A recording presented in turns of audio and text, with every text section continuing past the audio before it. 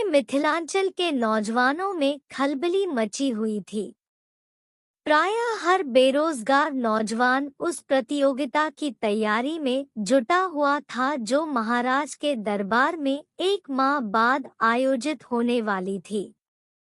महाराज ने पूरे राज्य में मुनादी करा दी थी कि उन्हें एक ऐसे सहयोगी की आवश्यकता है जो रसिक भी हो और विलक्षण बुद्धि का भी। राज्य स्तरीय प्रतियोगिता अगले माह पूर्णिमा के दिन राजदरबार में होगी। मिथिला के नौजवानों में इस प्रतियोगिता में भाग लेने का उत्साह था। क्या पता कहीं मैं प्रतियोगिता में सफल होकर महाराज के सहयोगी बन जाए, फिर तो मजा ही आ जाएगा। राज दरबार में जगह मिलेगी और महाराज का खास सहयोगी होने से समाज में प्रतिष्ठा भी बढ़ेगी। नियत समय पर राज दरबार में प्रतियोगिता आरंभ हुई। हजारों की संख्या में प्रतियोगिता में भाग लेने के लिए युवक वहां जमा हुए। महाराज ने युवकों के उमड़ते सैलाब को देखकर प्रतियोगिता का स्थान राजदरबार के स्थान पर राजमहल के बाहर के मैदान में बदल दिया। मैदान में जब सभी प्रतियोगी एकत्रित हुए तब महाराज उनके बीच पहुंचे। मैदान के मध्य में उनके लिए चारों ओर से खुला हुआ मंच तैयार किया गया था। महाराज मंच पर पहुंचे और अपना आसन ग्रहण किया। प्रतियोगिता आरंभ होने की घोषणा हुई। महाराज अपने आसन से उठे। उन्होंने ऊंची आवाज में कहा, जैसा कि आप सभी जानते हैं कि मुझे एक ऐसे सहयोगी की आवश्यकता है जो विलक्षण बुद्धि का हो। प्रतियोगी युवाओं की बुद्धि की परीक्षा के लिए इस पद के लिए मैंने एक शर्त रखी है कि मेरा सहयोगी वही बन सकता है जो आकाश में महल का निर्माण कार्य करने या कराने में समर्थ हो। इस कार्य के लिए उसे राजकोष से मुहमांगी रकम और इच्छित वस्तुएं उपलब्ध करा दी जाएंगी। मैदान में सन्नाटा सा छा गया। हजारों की संख्या में उपस्थित युवाओं को जैसे काठ मार गया। भला आकाश में भी कोई महल बना सकता है? प्रतियोगी मन ही मन विचार करने लगे, जरूर महाराज का दिमाग खराब हो गया है। यह कोई शर्त हुई? अरे नौकरी देने की मंशा नहीं थी तो मुनादी क्यों कराई? लेकिन कुछ भी बोलने की हिम्मत उनमें नहीं थी। सभी अपने अपने स्थान पर खड़े थे, बगले झांकते हुए। कुछ युवक जो मैदान के किनारे खड़े थे वे वहां से खिसकने लगे। तभी भीड़ से एक युवक रास्ता बनाता हुआ मंच के पास पहुंचा। उस युवक ने कहा, महाराज की जय हो। महाराज, यदि आज्ञा दे तो मैं आकाश महल बनाने का कार्य कर सकता हूँ, किंतु इस कार्य का आरंभ कराने में मुझे 4 माह का समय चाहिए। महाराज चौंक पड़े। मैदान में खड़े हजारों प्रतियोगी युवक। सभी की आंखें मंच के पास खड़े युवक पर टिकी हुई थी और मंच के पास खड़ा वह युवक मुस्कुरा रहा था, आत्मविश्वास से भरा हुआ। महाराज अपने आसन से फिर उठे और मंच के किनारे तक चलकर आए। उन्होंने उस युवक को करीब से देखा। मंच के पास खड़ा युवक उन्हें आत्मविश्वासी लगा। उस युवक की आंखों में एक विशेष किस्म की चमक थी जिसे देखकर महाराज को लगा कि जरूर यह युवक अन्य प्रतियोगियों से भिन्न है। उन्होंने युवक से पूछा, युवक, क्या तुम विश्वासपूर्वक कह सकते हो कि आकाश में महल बना लोगे? जी हाँ महाराज, युवक ने संक्षिप्त उत्तर दिया।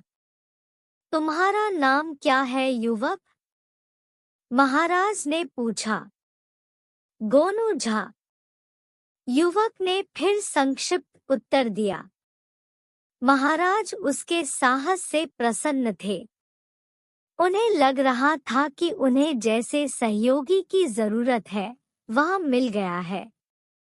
अपने मन में उठते विचारों को नियंत्रित रखते हुए महाराज ने गोनू झा से पूछा, अच्छा गोनू झा, यदि 5वें महीने की पूर्णिमा से तुम्हें आकाश महल के निर्माण की प्रक्रिया प्रारंभ करने के लिए कहा जाए तो क्या तुम यह कार्यारंभ कर सकोगे? अवश्य महाराज, गोनू झा ने उत्तर दिया। महाराज ने कहा, ठीक है, और वे अपने आसन पर बैठ गए। इसके थोड़ी ही देर बाद मन से घोषणा हुई, 4 माह बाद 5वें महीने की पूर्णिमा के दिन इसी प्रांगण में गोनू झा नामक यह मेधावी प्रतियोगी आकाश महल का निर्माण कार्य प्रारंभ करेगा। इस अवसर पर सभी आमंत्रित हैं। इस घोषणा के बाद सभी प्रतियोगी अपने अपने घरों को लौट गए। राज्य भर में गोनू झा नाम के उस युवक की चर्चा होने लगी। सबको लग रहा था कि यह युवक भी सिरफिरा है। जैसे महाराज ने आकाश महल के निर्माण की शर्त रखकर अपने सनकी होने का परिचय दिया है, वैसे ही गोनू झा नाम के युवक ने इस शर्त को पूरा करने की बात कहकर अपनी जान जोखिम में डाल ली है। निश्चित रूप से वह युवक इस शर्त को पूरा नहीं कर पाएगा और महाराज उसे कठोर दंड देंगे। इसी तरह की चर्चा में 4 माह बीत गए और 5वें माह की पूर्णिमा भी आ गई। राजमहल के सामने के मैदान में हजारों नर नारी उपस्थित हो गए। प्रतियोगिता में भाग लेने आए युवक भी यह देखने के लिए उस मैदान में फिर जुटे कि गोनू झा नाम का वह युवक वहां आता है या नहीं, और यदि वह आता है तो आकाश महल का निर्माण कैसे शुरू कराता है। सबको देखकर आश्चर्य हुआ कि गोनू झा पहले से ही मंच के पास एक आसन पर विराजमान है। महाराज आए। आसन पर बैठने से पहले ही वे मंच के किनारे पहुंचे। उन्हें देखकर गोनू झा अपने आसन से उठे और उनका अभिवादन किया। महाराज ने पूछा, क्यों गोनू झा, आकाश महल के निर्माण की प्रक्रिया प्रारंभ कराने के लिए तैयार हो? जी हाँ महाराज, यदि आप आज्ञा दें। मेरे मजदूर राजमिस्त्री सभी उचित स्थान पर प्रतीक्षा कर रहे हैं। आपकी आज्ञा मिलते ही काम शुरू हो जाएगा। उन्होंने एक लंबी सूची महाराज के सामने प्रस्तुत की और कहा, महाराज, इस सूची में महल निर्माण के लिए आवश्यक सामग्री परिमाण सहित दर्ज है। फिर उन्होंने एक बड़ा सा कागज महाराज के हाथों में सौंपा और कहा, और महाराज, यह प्रस्तावित आकाश महल का नक्शा है। महाराज ने कहा, ठीक है गोनू झा, अब तुम आकाश महल का निर्माण कार्य आरंभ कराओ। गोनू झा ने अपने हाथ में एक हरे रंग की झंडी ले रखी थी। उन्होंने झंडी खोली, आसमान की ओर हाथ ऊंचा किया और जोर जोर से झंडी हिलाने लगे। महाराज और मैदान में खड़े लोग गोनू झा को अचरज भरी दृष्टि से देख रहे थे। गोनू झा अपना हाथ उसी तरह उठाए हुए मैदान में इधर-उधर भाग रहे थे और जोर जोर से झंडी हिला रहे थे। उन्हें ऐसा करते देख मैदान में खड़े लोगों की हंसी छूट गई। वे हंसने लगे कि तभी आसमान से आवाजें आने लगी, अरे तैयार हो जाओ, महल निर्माण का काम शुरू करो। यह आवाज लोगों ने साफ सुनी। वे आसमान की तरफ देखने लगे। उनकी समझ में कुछ नहीं आ रहा था। फिर उन लोगों ने सुना आकाश से ही आवाज आ रही थी, ईंटें लाओ, मसाला तैयार करो, पानी लाओ।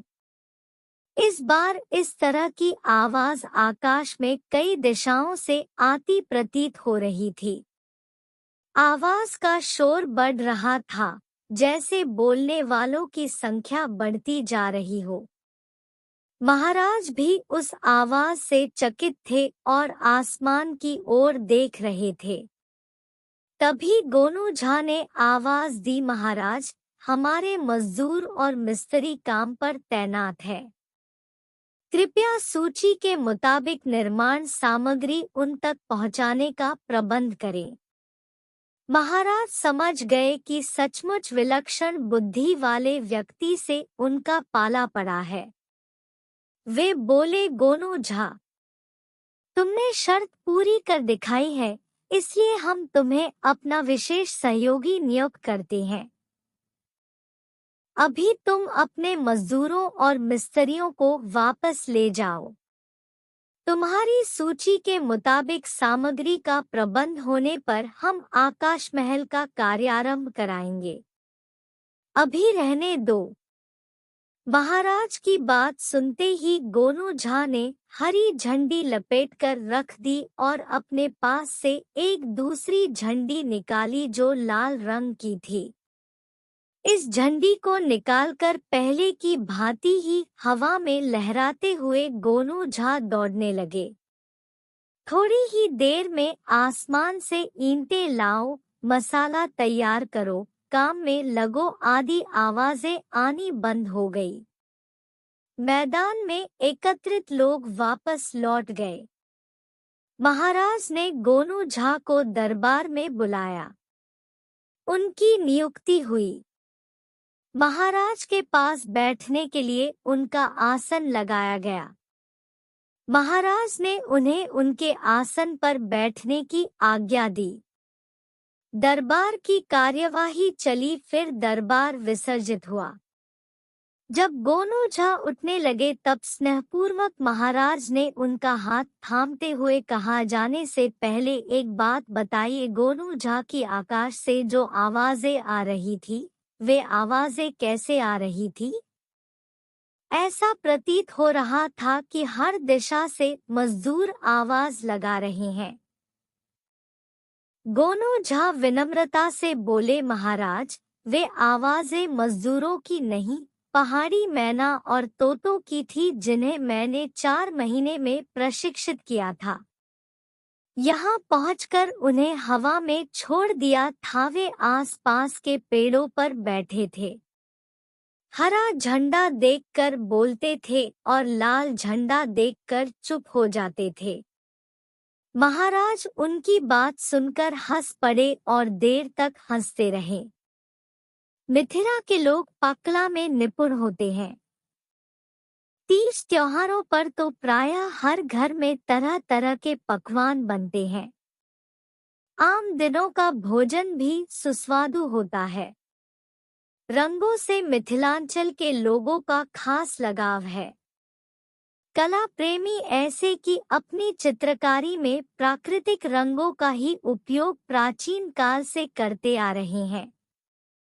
सुगंध प्रेमी भी है मिथिलावासी। प्रायः हर घर के अहाते में बेला, चमेली, कचनार, जूही, कनक, कटेली, चंपा, रातरानी जैसे पुष्पों के पौधे मिल ही जाएंगे।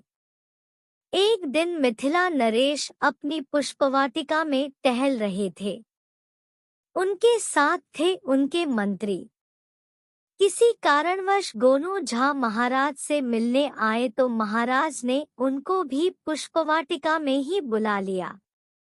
महाराज अपने मंत्री से कुछ बातें करते रहे, कुछ निर्देश देते रहे। गोनू झा उन दोनों के साथ टहलते रहे। मंत्री मन ही मन खुश हो रहा था कि महाराज गोनू झा को महत्व नहीं दे रहे हैं। मंत्री को निर्देश दे चुकने के बाद महाराज अचानक मंत्री से कहने लगे, मंत्री जी, इस पुष्पवाटिका में मैं जब कभी आता हूँ तो मुग्ध हो जाता है। जिस पौधे के पास जाओ, उसी पौधे से एक विशेष सुगंध का एहसास मन में भर जाता है। लेकिन मुझे इन सभी फूलों में गुलाब अधिक पसंद है। देखने में भी सुंदर और सुगंध ऐसी कि म्लान मन को भी आनंदित कर दे। क्या ऐसा कोई उपाय है कि मैं जिस पौधे के पास जाऊं, वहां से मुझे गुलाब की सुगंध ही मिले? मंत्री ने जब महाराज की बातें सुनी तो वह अवाक रह गया। उसकी समझ में नहीं आया कि वह महाराज को क्या उत्तर दे। भला कचनार से गुलाब की सुगंध कैसे आ सकती है? कोई भी फूल अपना ही सुवास देगा। महाराज को यह क्या सूझी?